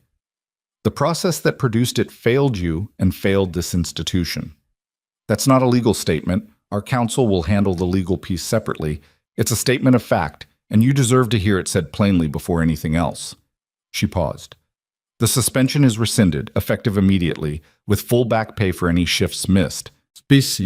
Upon this board, the general counsel, a man named Howard Park, shifted in his seat in the way that lawyers shift when something is being said without sufficient qualification. Murdo looked at him briefly. He stopped shifting. "Gerald Forthright," Murdo continued, "is no longer employed by this hospital. His departure is effective as of this morning." She said it without editorial. It was information, not a verdict. The verdict was apparently going to happen somewhere else, in a room with different consequences. "We're conducting a full internal review of the administrative decision-making that led to the suspension, and the results will be provided to the federal inquiry." Claire said, "What about the funding relationships? The ones that made the suspension possible in the first place?" Murdo looked at her. "What about them?" "Riker had leverage because this hospital depends on contracts that run through military channels, and administration knew that. What happened 2 days ago wasn't random. It was the predictable output of a structure where that leverage exists and people are afraid of it. If the structure doesn't change, the next person who stands in the wrong place at the wrong time gets the same outcome." The room was quiet. Park was looking at his notepad. The separate liability lawyer was looking at the ceiling. Sandra Holt was looking at Claire with an expression that was not quite gratitude and not quite guilt, and was probably some unsortable mixture of both. One of the board members, younger, on the far end of the table, with the restless energy of someone who hadn't yet learned to be still in these rooms, said, "What would you want changed?" "A clear policy that civilian medical staff are not required to defer to military rank in clinical decisions. Written, posted, enforceable, with a reporting chain that doesn't run through the same administrator who's managing the funding relationship." She paused. "That's the minimum." Murdo wrote something. "We'll take it under advisement." It wasn't a yes, but it wasn't a deflection either, which was more than she'd expected from a board meeting before 9 a.m. Soriano spoke up. "There's another matter the board needs to be aware of." She opened a file on the laptop and turned the screen slightly so the board could see it. "As of this morning, the federal inquiry into Lieutenant Riker has formally expanded. We've received sworn statements from 8 witnesses across 3 installations. We've obtained copies of medical records that were altered. We can demonstrate the alterations through metadata and comparison with backup systems. And we have As of 40 minutes ago, the results of a forensic review of Forthright's phone. The board was very still. The call Forthright made to the WKRV producer was the second call he made that morning, Kwan said. The first call, at 7:53 a.m., went to a number registered to a holding company in Virginia. That company has one active contract, a consulting arrangement with an office connected to a senior military officer whose name I'm not in a position to share in this context. She looked at the board. What I can tell you is that the IG investigation opened yesterday has expanded to include potential coordination between Riker's historical protector and at least one civilian institution. Park said carefully, "Are you suggesting this hospital is under investigation?" "I'm suggesting that Forthright's communication pattern indicates he may have been receiving guidance from outside this institution on how to manage the Riker situation. Whether that rises to the level of criminal coordination is what the IG is determining." Kwan's voice was flat and precise. "I'm telling the board now because you will want to cooperate fully and proactively with that investigation, and the window for proactive cooperation is open right now and will not stay open indefinitely." The room processed this. Someone's phone buzzed and was immediately silenced. Murdo looked at Claire. "Is there anything you want to add?" Claire thought about Voss's voice on the phone, about Kwan telling her that 8 people had called after seeing her name, about Marcus Del Rey, who had been on a bridge on a Thursday morning and hadn't made it, about Paulette Garris's voice asking if she was okay. "No," she said. "I think that covers it." The inquiry resumed at 11. The motion to seal had been denied at 9:47, faster than Soriano had predicted, which suggested the IG investigation had accelerated the processing timeline. Riker's attorney arrived at the federal building at 10:30 with a revised strategy that did not include any more procedural delays, possibly because someone had explained to him that every procedural delay was now being documented as part of a pattern, and the documentation was not working in his client's favor. Riker himself looked different in the inquiry room than he had in the ER 2 days ago. The posture was the same, shoulders back, jaw set, but something beneath the surface had shifted. He was a man who had operated for years on the premise that consequences were for other people, that the mechanisms existed to be managed, that the right call to the right person could make problems migrate to somewhere they wouldn't bother him. That premise was being systematically dismantled in a fluorescent-lit room on the 4th floor of a building on Carver Street, and the experience was leaving marks. He didn't look at Claire when she entered. He looked at the table. His attorney, a man named Guthrie, who had the practiced calm of someone charging by the hour and not particularly worried about outcomes, made a brief statement about his client's willingness to cooperate and his position that the inquiry's scope had expanded beyond its original mandate. Soriano acknowledged the statement and moved on. What followed was methodical in the way that real accountability is methodical. Not dramatic, not cinematic, not the kind of scene that resolves neatly in a single confrontation. It was documents and timestamps and witness statements read into the record. It was a forensic specialist explaining how medical records are altered and how you can tell and what the original version showed versus what appeared in the official file. It was Kwan walking through 7 incidents, one after the other, each one building on the last. The pattern becoming visible, the way patterns become visible when you lay them out in sequence. Not shocking in any individual instance, but cumulatively, undeniably, a portrait of a man who had decided that his authority was absolute and had spent years proving it to people who couldn't stop him. Riker's attorney objected 31 times. 28 were overruled. At one point, Kwan played an audio recording. One of the witnesses from Pendleton, a woman named Lieutenant Avery Macall, who had called the inquiry line the night before and given a recorded statement. Her voice on the recording was steady in the specific way that people are steady when they've been waiting a long time to say something and have finally been given a container that feels safe enough. She described a conversation with Riker in which he had told her, explicitly, that her complaint would be reviewed by people he had relationships with and that she should consider what she wanted her career to look like in 5 years. She had withdrawn her complaint 4 days later. The room was quiet after the recording ended. Riker's attorney said, "My client disputes." "Noted," Soriano said. She moved to the next document. Cross was watching Riker. Claire, from her position at the witness table, was watching Cross watch Riker, and she could read in Cross's expression something she recognized, The particular look of someone who has carried a piece of knowledge for a long time and is finally watching it land where it belongs. At 3:20, Soriano set down the last document in the sequence and looked at Riker directly. Lieutenant Riker, I want to give you an opportunity to address the record before we move to conclusions. Is there anything you want to say? Riker looked at his attorney. Guthrie gave a small, precise shake of his head. No, Riker said. It was the first word he had spoken in 4 hours. Soriano nodded. Then we'll proceed to the recommendation phase. The recommendation phase was not public. Claire was asked to wait outside, which she did, sitting in a plastic chair in the 4th-floor corridor for 40 minutes while the sound of low official voices came through the door without resolving into words. Quan came out once to get water and didn't make eye contact with anyone. Farrell came out once and went back in with a printed document. Cross stayed inside. She sat in the plastic chair and looked at her phone. Trevino had texted, "Floor is asking about you." She texted back, "Tell them I'm fine." He responded with a single punctuation mark that could have meant several things. Sandra Holt called while she was waiting. She let it go to voicemail and then listened to it. Sandra's voice, measured and effortful, saying that the board had approved the policy changes Claire had outlined that morning, pending legal review, and that she wanted to discuss the Director of Emergency Preparedness position that had been vacant for 8 months. Claire listened to the message twice. Then she put her phone in her pocket. At 4:50, the door opened and Soriano came out. She sat down in the plastic chair beside Claire's, which was unexpected enough that Claire looked at her. Formal recommendations have been submitted to the convening authority, Soriano said. They'll be reviewed by a 2-star panel, which takes between 3 and 5 days, but I want to give you a summary of what we submitted. Claire waited. Criminal charges, assault, coercion, falsification of official records, and obstruction of a federal investigation. The last one relates to the Pendleton motion that was filed to kill Lieutenant Mackall's complaint.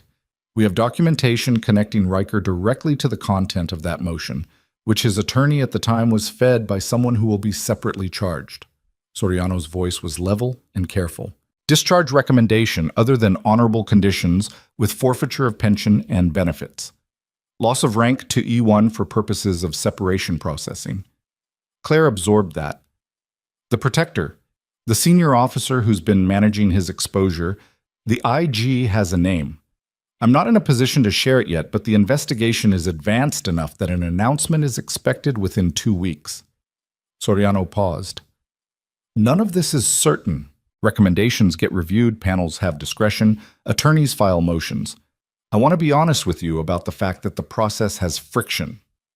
I know, Claire said, but I also want you to know that in 14 years of doing this work, I have not submitted a more thoroughly documented recommendation. Every piece of it is solid. The witness statements are consistent and cross-corroborated. The forensic record is clear. The footage is unambiguous. She paused. What he did to you in that emergency room was assault. What he's done across 3 installations in 14 months is a sustained pattern of abuse of authority. Both of those things are in the record now, attached to each other, in a way that cannot be separated or minimized. Claire looked at the corridor wall. It was painted the kind of institutional beige that exists in every federal building in the country, chosen specifically because it doesn't communicate anything. Thank you, she said. It was a small thing to say. It didn't cover the weight of what it was responding to. But Soriano nodded as if she understood that, and they sat for a moment in the particular quiet of 2 people who have done something hard and are on the other side of the doing. Cross found her in the parking lot at 5:30. She was sitting on the hood of her car, which she never did, and which her back was going to have opinions about, because she hadn't been ready to drive yet and the plastic chair had lost its appeal. The evening was cooling down, and the light was doing the thing it does in early fall in this part of the country, going golden and long across parking lot surfaces in a way that looked better than parking lots deserved. Cross leaned against the car beside her. He didn't say anything for a while. The senior officer, she said eventually. The one the IG has a name for. I can't. You know who it is?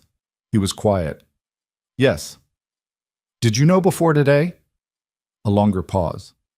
I suspected, for about 8 months. I didn't have enough to bring to the IG without it looking like internal politics rather than documented misconduct. He looked at the parking structure across the street. Watching someone use rank to protect something corrupt and not being able to prove it cleanly, that's a specific kind of frustration. I know what that's like. I know you do. He turned to look at her. What are you going to do? She thought about Voss, about the policy changes the board had approved, about Sandra Holt's voicemail, about the empty director position that had been sitting open for 8 months. Stay, she said. It surprised her slightly when she said it, because she hadn't fully decided it until the word came out, which was how she'd made most of the important decisions in her life. Not through deliberation, but through the moment when the right thing crystallized and you either said it or you didn't. Cross nodded. The director position. If the board makes it a real offer. Based on this morning, I'd say it's real. Then yes, probably. She slid off the hood. Her back protested exactly as predicted. I'm tired of being useful in a radius. I want to change how the institution works. The policies, the reporting structure, the leverage problem. I can do that from inside better than I can do it from a plastic chair in a federal building corridor. Cross looked at her with the expression she'd first cataloged years ago in a much more difficult place, the one that meant he was registering something without commenting on it. Good, he said, simply. Don't get sentimental about it. I'm not. A pause. But for the record, what you did on that floor 2 days ago, when you walked back in during the bridge response, that was, I went back because there were patients. I know why you went back. He looked at her. I'm just saying it wasn't nothing. She held his gaze for a moment. Then she looked away, at the parking lot, at the light going long across the concrete. Go home, Ethan, she said. He almost smiled. You too. She drove home. She fed Decker. She ate something that could charitably be called dinner and could not charitably be called anything specific. She sat at her kitchen table and thought about the director position, the scope of it, the specific battles it would involve, the fact that changing institutional culture was slow and frictional and required the kind of sustained presence she had spent 4 years deliberately not committing to. She thought about McCall's voice on the recording, what she wanted her career to look like in 5 years. She thought about the 20 people who had watched and said nothing. Then she opened her laptop and pulled up the Iron Valley Medical Center's organizational chart. She looked at it for a long time, where the reporting lines ran, where the gaps were, where the leverage points existed. She made notes in the margin of a legal pad she found in a kitchen drawer. The notes were not neat. Her phone buzzed at 9:47 p.m. The number was one of the unrecognized ones from yesterday that she hadn't called back. She answered it on an instinct she couldn't fully explain. A man's voice, older, careful in a way that had a different texture than official careful. This was the caution of someone who was choosing every word because they understood exactly how it would be heard.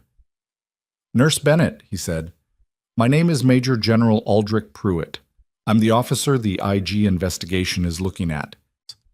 The kitchen was very quiet. Decker jumped off the counter and walked out of the room. I'm not calling to intimidate you, Pruitt said, and his voice was steady in a way that was almost convincing. I'm calling because I want you to understand the context of what I did before you hear it from investigators who will frame it in the worst possible light. A pause. I managed Riker because I thought I was managing a problem, containing it. I was wrong about how far it had gone. I made decisions that I now understand I cannot defend. I'm prepared to cooperate with the IG investigation fully. She said nothing. I want the opportunity to explain, he said, before this becomes only about what I did wrong. Claire looked at her legal pad, at the organizational chart on her screen, at the notes she'd made about where the leverage existed and how to dismantle it. Major General Pruitt, she said, I want you to think very carefully about why you called this number instead of your attorney. A silence. And then, she said, I want you to call Agent Kwan. She ended the call. She looked at the phone for a moment. Then she picked up her pen and went back to her notes. And the kitchen was quiet except for the sound of her writing and Decker reappearing from wherever he'd been to sit on the legal pad in the specific, obstructive way that meant he had decided her attention belonged to him now. She moved him. He came back. She moved him again. At 10:15, her phone buzzed one more time. Cross. A text. Pruitt just called Quan. Full cooperation agreement in exchange for testimony. The IG has everything it needs. She read the text. She set the phone down. She looked at the organizational chart on her screen, the shape of the institution she was going to spend the next significant piece of her life changing, from the inside, one structural decision at a time. She picked up her pen. The notes on the legal pad filled 3 pages by midnight. Not a plan exactly, more like a topography.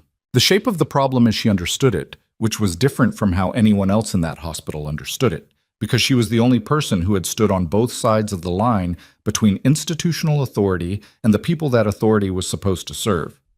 She knew what it felt like to be the nurse that administration sacrificed to protect a funding relationship. She also knew, from years that existed in a sealed file and now didn't, what it felt like to operate inside a structure where the mission was clear and the accountability was real, and the people beside you would not leave you in a corridor with a bruise on your face and nowhere to go. She wanted to build something closer to the second thing inside the walls of the first thing. That was the project. It was going to be slow and frictional, and she was going to make mistakes. And there would be days when the institution pushed back hard enough that she'd wonder if she'd miscalculated. She knew all of that going in.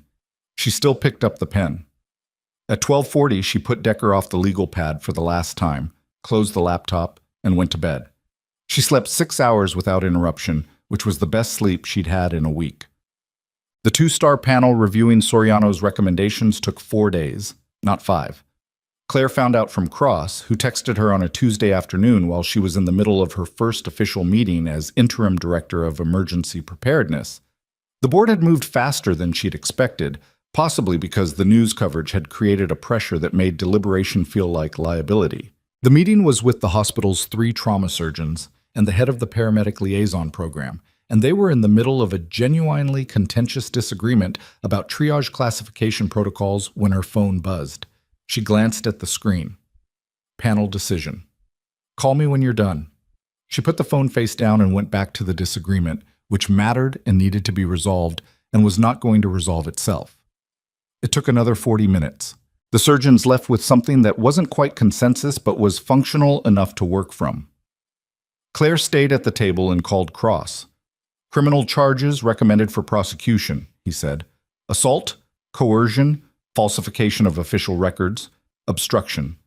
The panel added a 4th charge, conduct unbecoming, based on the pattern evidence. A pause. Discharge approved, other than honorable conditions. Forfeiture of rank, pension, and all associated benefits, effective upon separation processing. She looked at the conference room wall. Someone had left a coffee cup on the table that wasn't hers. When does it become public? She said. JAG office releases the formal statement tomorrow morning, 8 a.m. And Pruitt? Full cooperation agreement finalized yesterday. His testimony ties the Pendleton motion directly to his office. He dictated the legal language himself, which is either impressively stupid or the decision of a man who never expected to be held accountable. Cross's voice was neutral. IG recommends forced retirement, loss of 1 star, and referral for federal prosecution on obstruction and conspiracy charges. He's cooperating on the prosecution piece, which is why the agreement went through. He'll likely avoid prison, but he won't avoid the rest of it. She thought about Pruitt's voice on the phone that night. I want you to understand the context.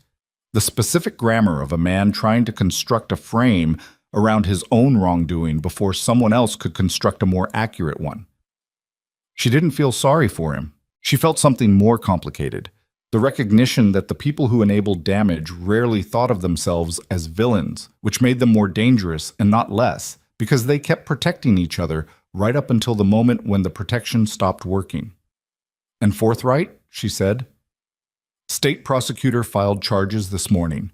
Unauthorized disclosure of classified file reference material, obstruction of a federal investigation. His attorney is negotiating. A pause. He's going to try to argue he didn't know the reference number was classified, which is creative given that the classification stamp is visible in the photograph he took of the screen.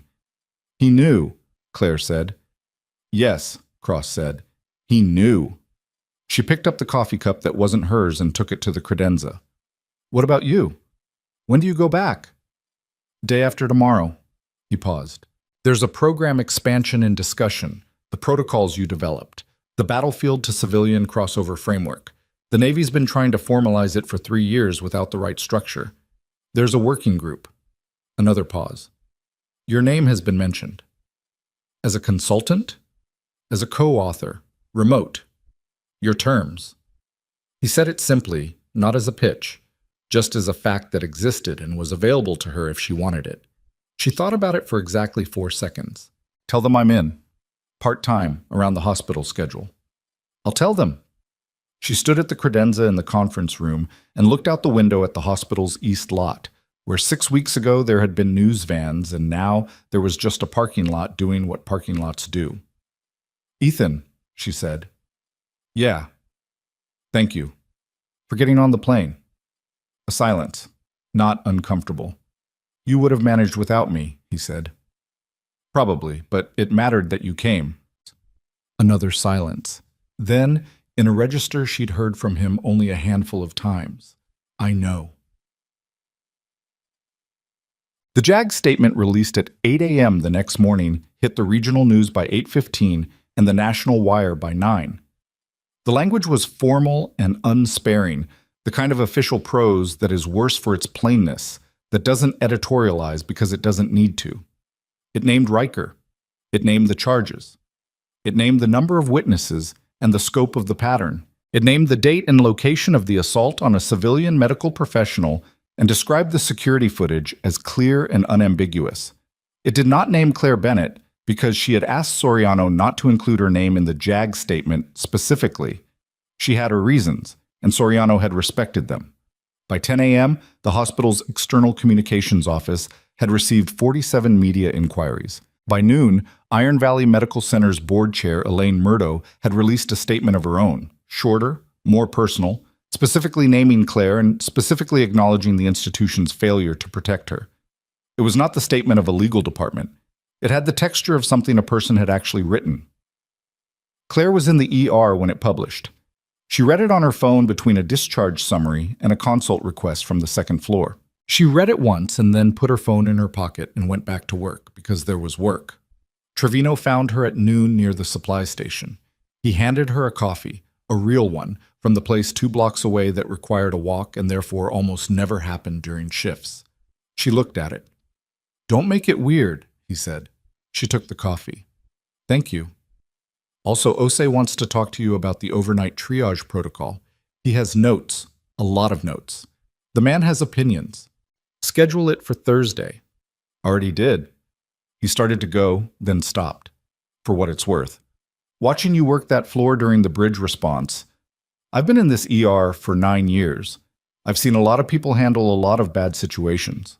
He paused. That was different. She looked at him.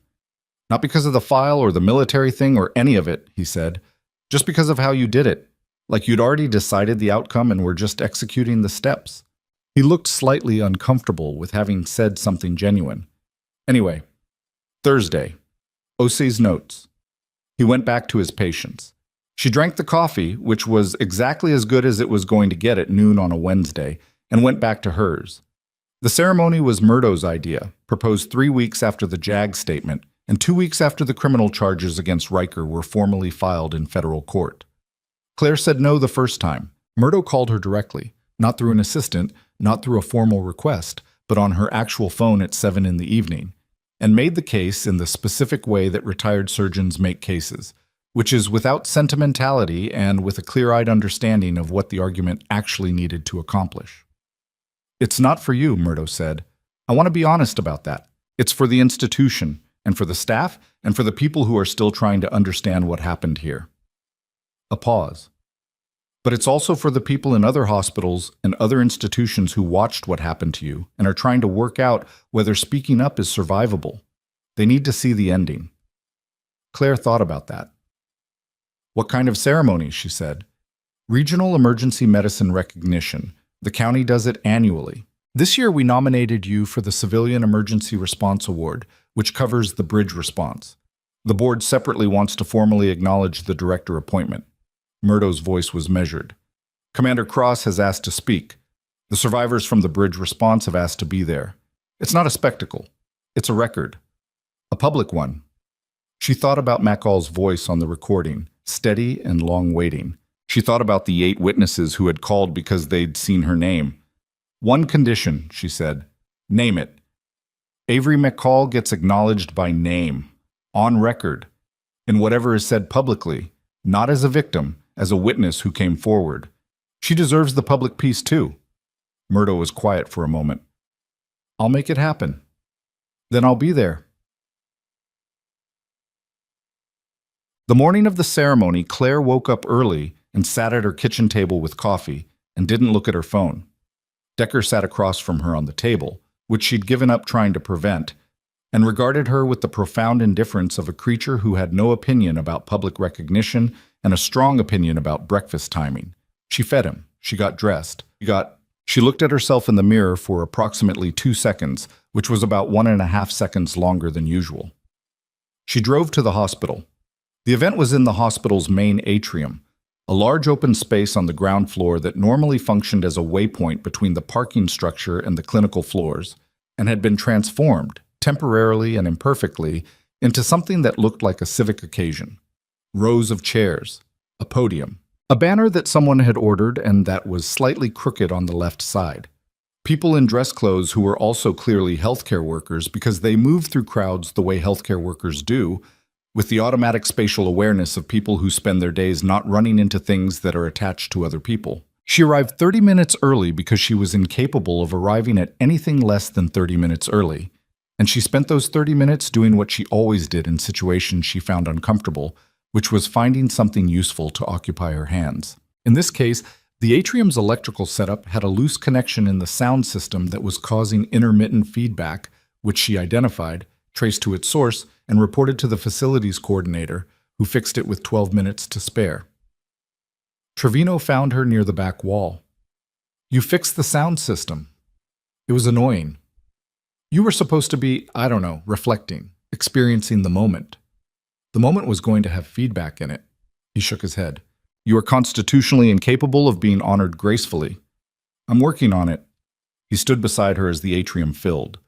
Staff from across the hospital, nurses, surgeons, techs, paramedics, the overnight desk staff who were here on their off hours, people from the county emergency management office, 2 representatives from the state health department, the bridge survivors who had come, 11 of them, in various states of recovery, several still showing the physical marks of what the Caldwell Bridge had done.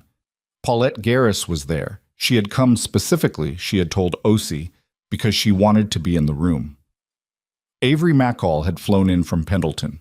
Claire had not known she was coming until she saw her standing near the 3rd row, younger than Claire had pictured from her voice, with the specific posture of someone who had learned to hold themselves carefully in rooms that hadn't always been safe. Their eyes met across the atrium. McCall nodded once, the small, compressed nod of someone communicating something that doesn't have a better form. Claire nodded back. Commander Cross arrived in dress uniform. He walked to where Claire was standing, and they stood together near the back wall for a few minutes before the program started. "How are you?" he said. "Ask me in an hour."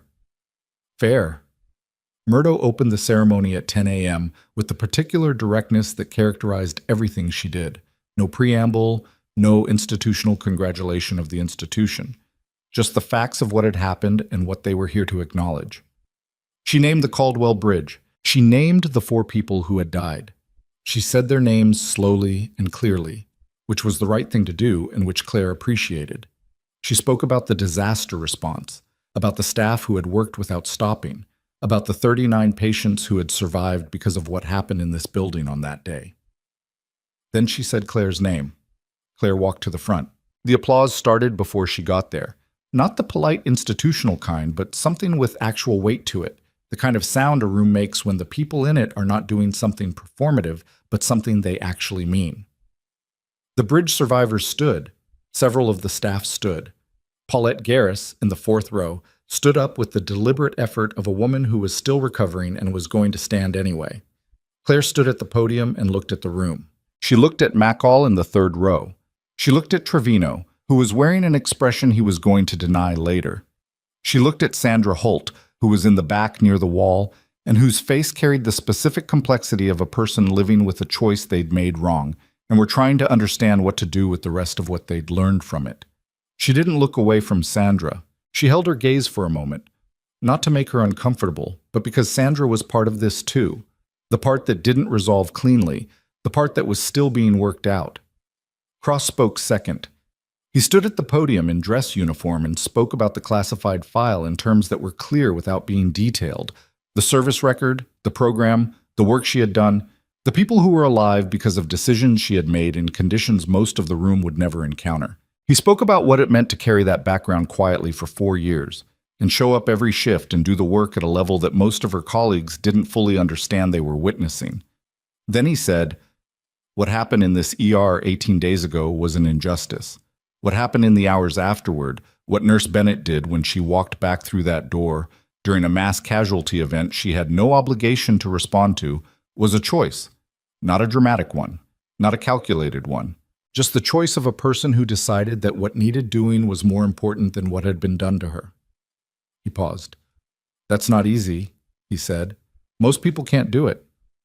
I want us to be honest about that in this room, because if we treat it as something that comes naturally, something that heroes just do, we miss the part where it was hard and she did it anyway." The room was very quiet. Then Cross did the thing he had come to do. He stepped back from the podium, turned to face Claire, and saluted. It was not a gesture she had expected, not in this context, not in a hospital atrium with crooked banners and chairs from the storage room. She felt something move through her chest that she didn't have precise language for. Not pride, exactly. More like the sensation of being seen accurately, which is rare than being praised and matters more. She returned the salute.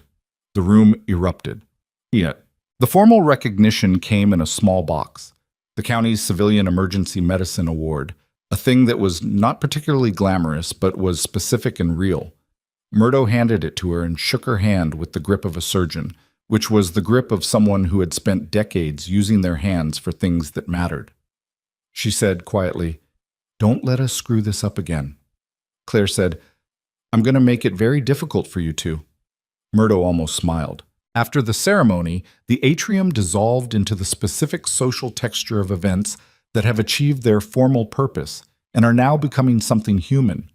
Clusters of conversation, people who hadn't seen each other in the chaos of the last 3 weeks finding each other, the bridge survivors talking to the staff who had treated them, connections being made in a room that had, briefly, become something worth being in. Avery McCall found Claire near the windows. She was 29, it turned out, and had the direct manner of someone who had made a decision to stop apologizing for taking up space. She said, "I listened to the recording they played in the inquiry room. My own voice, that was—" She stopped. "I didn't recognize how afraid I was until I heard it from outside myself." Claire said, "You came forward anyway. After you did." "You came forward," Claire said.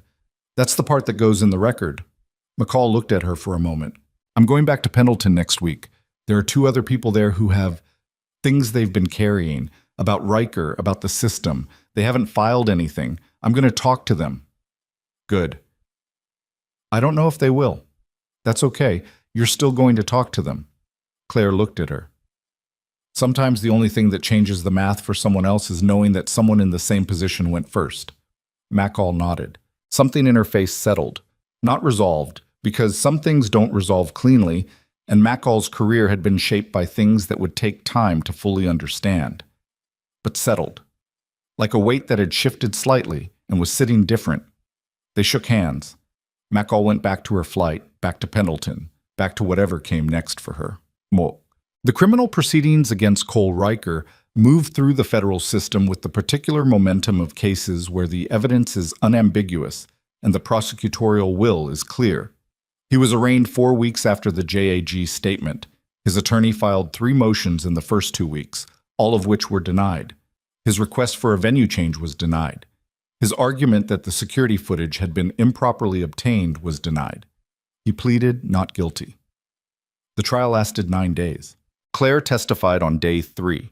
She sat in the witness box and described the morning of the assault in the same sequence she had described it in the inquiry room: the patient, the demand, the refusal, the hand. She was cross-examined for 2 hours by Riker's attorney, who attempted 5 different framings of the same argument, which was that Claire had been antagonistic, had provoked a response, had mischaracterized the nature of the interaction. She answered each question directly and without elaboration, which is harder than it sounds, and which she had been doing her entire professional life. Riker sat at the defense table and did not look at her. The jury deliberated for 11 hours. Guilty on assault, guilty on coercion, guilty on falsification of records, guilty on obstruction. Claire was not in the courtroom when the verdict was read. She was at Iron Valley Medical Center in a staff meeting about the new triage protocol when Soriano texted her the result. She read the text. She set her phone down. She went back to the meeting.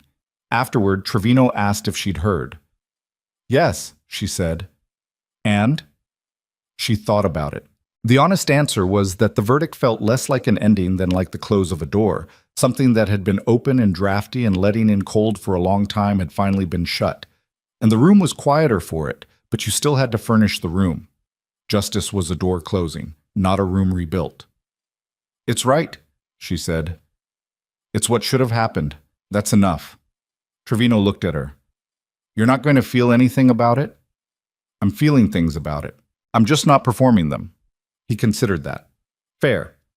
The sentencing came 6 weeks later, 3 years federal custody on the assault and obstruction charges running concurrent, 5 years probation upon release, permanent discharge from military service under other than honorable conditions, forfeiture of all rank, pension, and benefits. His nursing license contact, the threat he had made to Claire in the ER, the one he'd believed would end her career, was reviewed by the state board as part of the proceedings and determined to have been an improper use of military authority to influence a civilian regulatory body.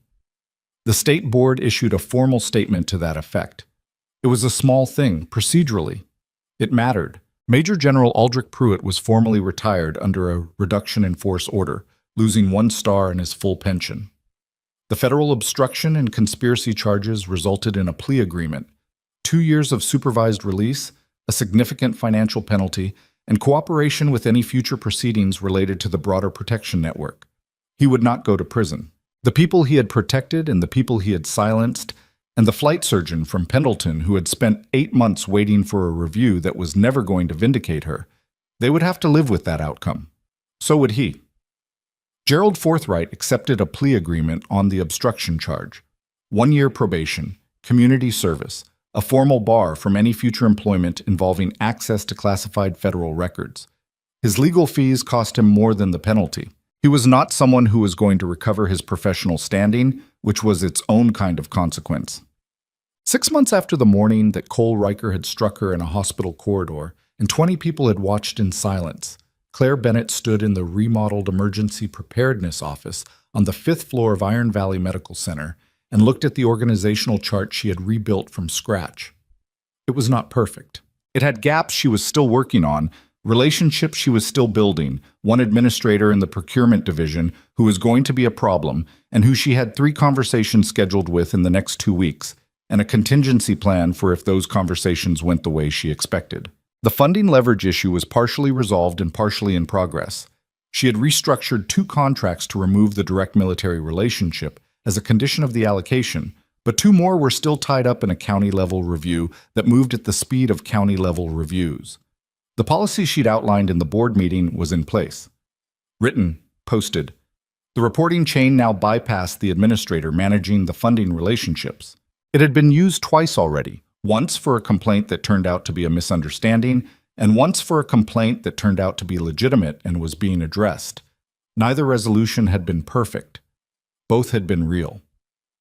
She had a meeting at 3 with Osei about the overnight protocol, which he had now revised 4 times and which she thought was on its 5th revision, headed towards something that would actually work. She had a call at 4 with Cross about the framework document, the 4th section of which she had rewritten twice because she couldn't get the language right on the resource allocation piece.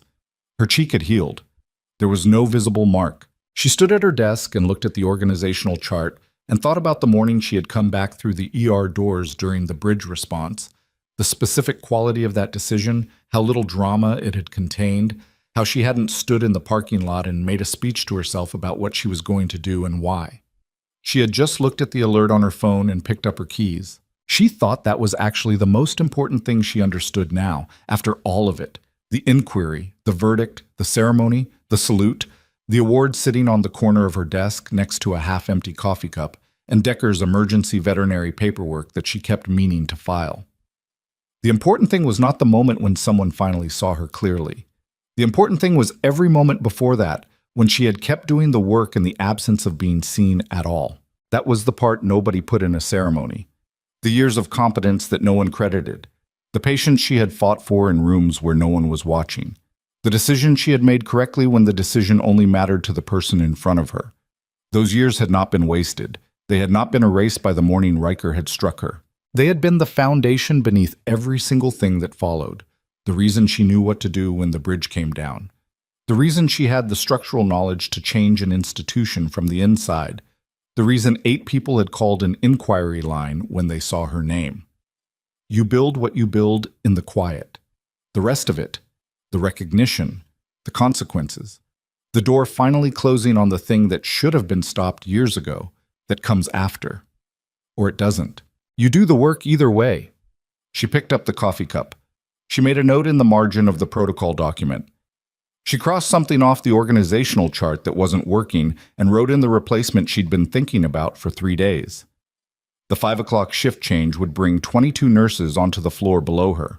They were going to move through their hours in the specific way that people who care about other people move through hard work, imperfectly, with moments of grace and moments of failure, and the low-grade exhaustion of doing something that matters in a system that doesn't always make it easy. Some of them were afraid of the wrong things. Some of them were braver than they knew. Some of them were carrying skills and histories